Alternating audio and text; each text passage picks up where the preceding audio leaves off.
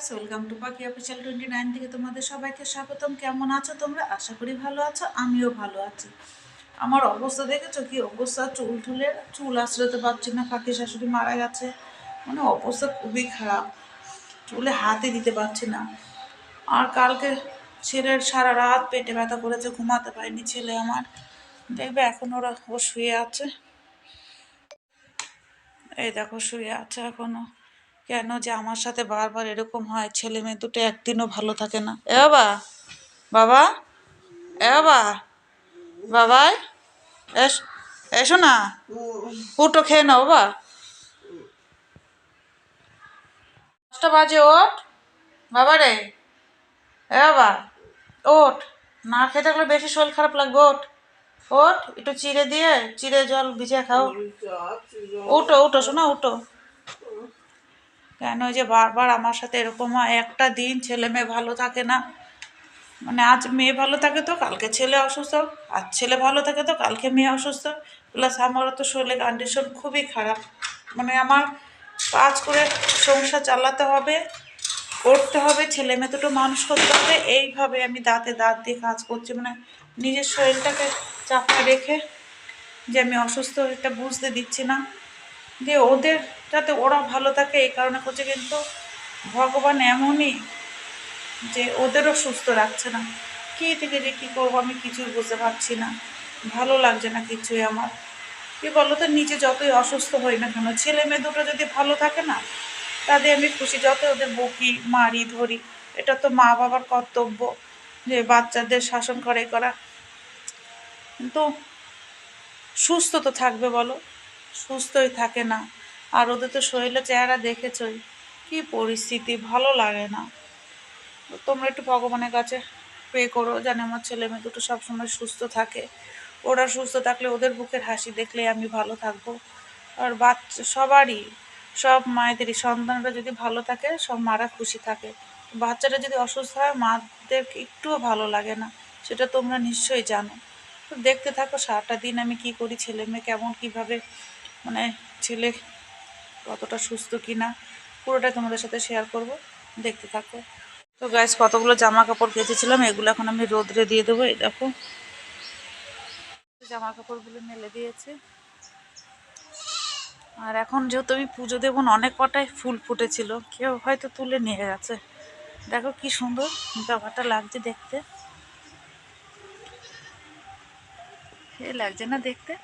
অনেক কটাই ছিল, হয়তো কেউ তুলে নিয়ে গেছে, জানে আমি পুজো দেবো না, নেবো না। আর শীতের মধ্যে দেখেছো, শিউলি ফুল কিন্তু গাছ থেকে পড়ে না, গাছেই থাকে। আমি তুলে তুলে নিতাম হাত দিয়ে, তো এখন তো পুজো দেবো না। হোক, আর এদিকে পদ্ম ফুলের ডাল লাগিয়েছিলাম, আর এই যে সেই আলু গাছগুলো ভালোই বড় হয়ে গেছে। গাছে পেয়ারা নেই, ফুল আসছে।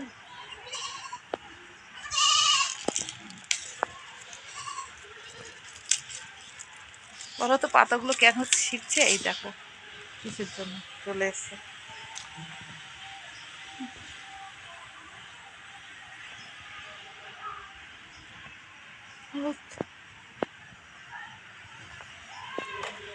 চলো ভাতটা বসিয়ে দিই। মেয়েও বলছে খিদে পাচ্ছে, আমি শাড়ি করছিলাম তখন, আর একটা শাড়ি বাকি ছিল। আমি না আবার বেশিক্ষণ দাঁড়িয়ে থাকতে পারি না, পায়ে প্রচণ্ড যন্ত্রণা হয়। তো আর একটা শাড়ি বাকি আছে, মেয়েকে বললাম তো এটা করে দে, আমি ভাতটা বসিয়ে দিয়ে আসি। তো ভাতটা বসিয়ে আবার তোমাদের সাথে দেখা হচ্ছে। আলু সিদ্ধ ভাত হয়ে গেছে, মেয়ে খাচ্ছে, আর ছেলেকে দেবো। ছেলের শাড়িগুলো দিতে গেছে গিট পাকানোর জন্য, শরীর খারাপ নিয়ে গেল।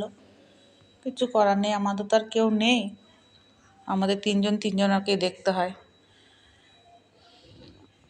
তো গাইস, মেয়ে হলো এনসিসি ট্রেনিং এ চলে গেল, আর এদিকে আমি আলুটা সিদ্ধ বসিয়ে দিয়েছি,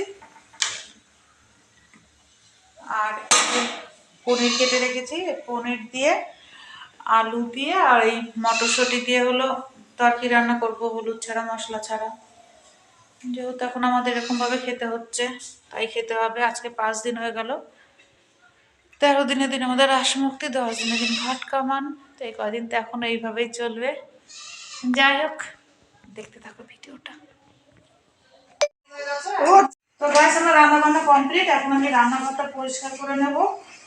আর বাসনপত্র সব কলপারে আছে, টেবিল টেবিলগুলো সব পরিষ্কার করে ঘরটা মুছে নেব।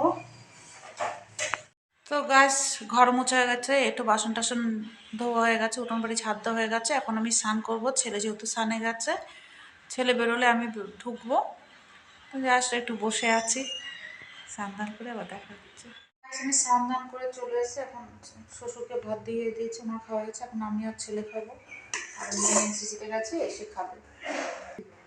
তো যে মশলা ছাড়া তরকারি রান্না করেছিলাম, এই দেখো সে আলুর দম, কিন্তু দেখতে মনে হচ্ছে পুরো লাল। হ্যাঁ, লালটা হবে, লঙ্কার গুঁড়ো দিয়েছি বলে। ব্যাস, খাওয়া দাওয়া কমপ্লিট। আর প্রচণ্ড শীত করছে, হাওয়া দিচ্ছে জানালা দিয়ে, ভীষণ শীত করছে। আর আমার অবস্থা কি হয়েছে ভগবান!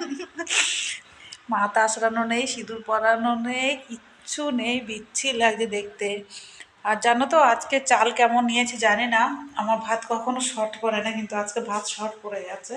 কেন, মেজো তো এনসিসিতে গেছে, ও আস্তে আস্তে 5টা 5:30 বাজবে, কেন তার আগে কটা ভাত বসিয়ে দিলাম, ও এসে খেয়ে নিতে পারবে। তো এখন না ভাতটা হোক, ভাতটা হতে তো টাইম লাগবে। আমি একটু কম্বল গায়ে দিয়ে একটু শুয়ে আসি, প্রচণ্ড ঠান্ডা লাগছে, গা হাত পা ঠান্ডা বরফ হয়ে যাচ্ছে আবার।